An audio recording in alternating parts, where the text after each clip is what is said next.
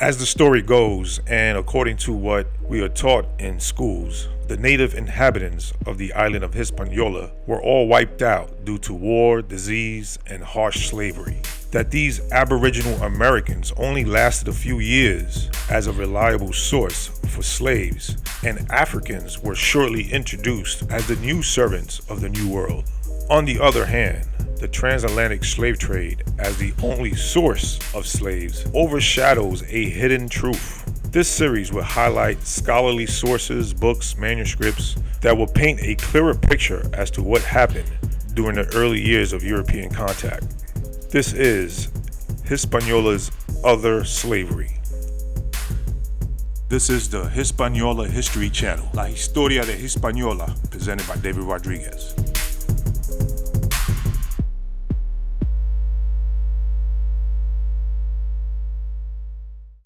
Peace, folks. This is your brother David Rodriguez with another episode of Hispaniola History Channel. Since the title of this series is called Hispaniola's Other Slavery, I want to read from this book called The Other Slavery. It's written by Andres Resendez. The Other Slavery, the uncovered story of Indian enslavement in America. It's a very interesting book. It has a lot of scholarly sources, some great references in terms of the hidden history of Indians being enslaved in the Americas. I want to go to the parts where it's highlighting the enslavement that was going on in the island of Hispaniola shortly after Columbus left and a new administration stepped in, the administration of Nicholas Ovando. I'm reading from page 35 in the middle of the book. It says, Ovando's most important initiative was to distribute the natives of the island to various encomenderos or grantees. In effect, each Spaniard guarantee was given or entrusted with a cacique and his people, making sure that in return that they were introduced to the mysteries of Christianity. The contract drawn up at the start of each distribution of Indians read, "You are hereby instructed with the cacique, fulano, which means so-and-so, and 100 Indians, so you can make use of them in your ranches and mines, and teach them things of our holy Catholic faith." So that was the contract. You get a cacique and you get 100 Indians. This was the grant given to the Spanish nobles. So the Encomienda system was not alien. The way the Spanish dealt with servitude and slaves and land ownership was very similar to how the caciques were dealing in their own system on the island. Let's read on. The Taino people of the Caribbean were organized in a stratified societies with paramount caciques exercising control over lesser caciques and ordinary Indians. So there was a hierarchy within the Arawak Taino world. These caciques regularly extracted tribute in products and labor from their dependents. It was not a tremendous stretch, therefore, for the islanders to understand the Encomienda as an extension of their own system, except that now the ultimate beneficiaries were no longer the caciques, but the encomenderos, the Spanish nobles, the Spanish knights. I'm reading from pages 36 and 37. It says here, Ovando's intention to protect the Indians is also evident in the fact that he did not distribute all natives of Hispaniola. The governor allowed some caciques to continue to live on their own, free apart from Spanish colonial world. These were natives who had shown the greatest loyalty to Spain and had made the greatest strides in becoming Hispanicized. One of these fortunate caciques was known to the Spaniards as the Doctor, because he was the one who knew the most of them all. Another one went by the name of Diego Colon, because the admiral had raised him like his own son Diego, taking the boy back to Spain after his first voyage. Diego Colon spoke Spanish fluently and was well known to all the early colonists. Hold up. So this Aboriginal from the island of Hispaniola is already speaking Spanish fluently, and he has the same exact name as Columbus's own son, Diego. So you have some of these caciques who are actually taking on Spanish names and showing some loyalty to the Spanish nobles. Let me read on. By allowing these caciques and their people to live without Spanish interference. So some of these caciques were living free, independent, without any interaction with the Spanish. As we covered in other episodes and previous episodes, how this legacy of the North Coast remained free and independent throughout the island's history. This is the foundation of it right here. Let me read on.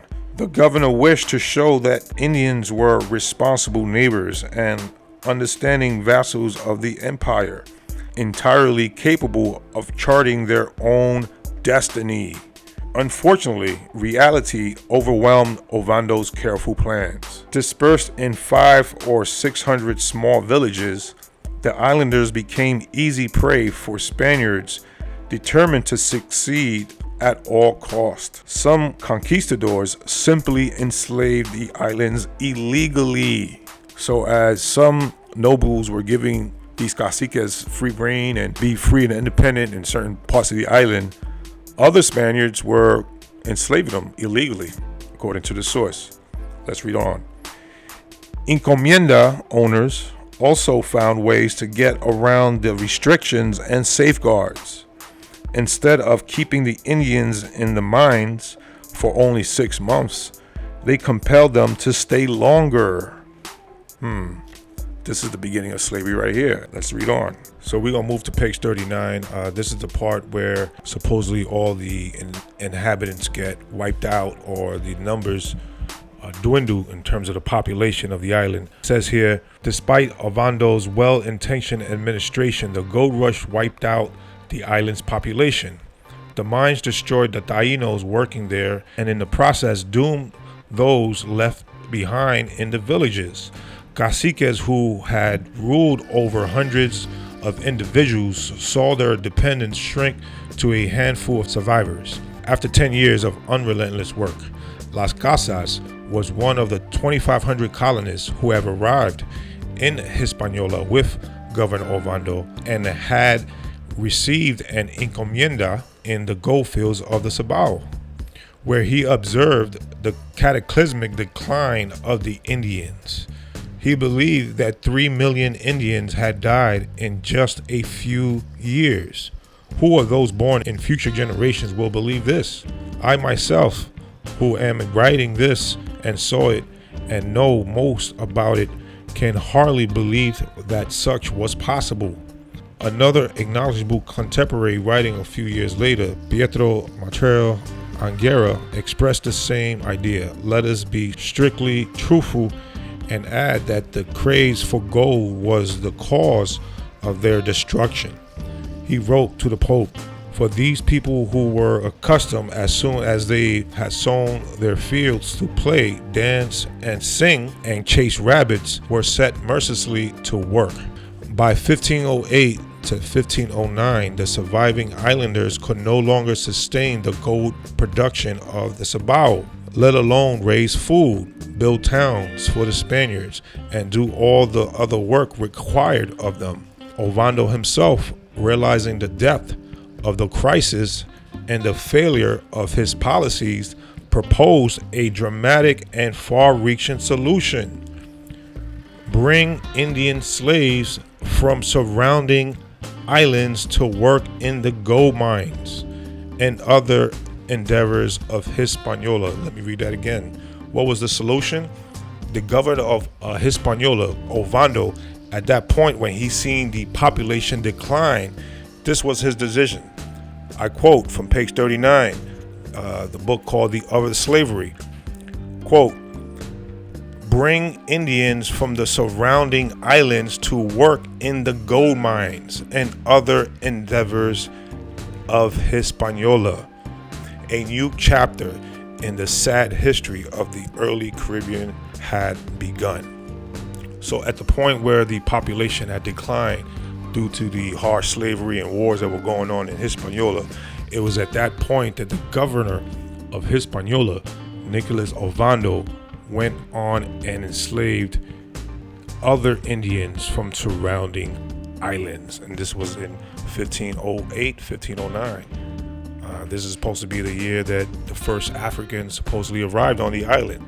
But yet the governor himself intentions was to enslave the local populations in these surrounding islands. Here what you displayed on the screen is a diagram showing the slave expeditions of the Caribbean from 1510 to 1514. You got expeditions from the north coast of Hispaniola going into the Bahamas. You got expeditions from Puerto Rico going into the Bahamas and Florida. And there are also slave expeditions leaving Jamaica and going into Aruba and South America. So there you go, folks. This is one source here. Hope you enjoy this source and this reference in regards to the slavery in Hispaniola.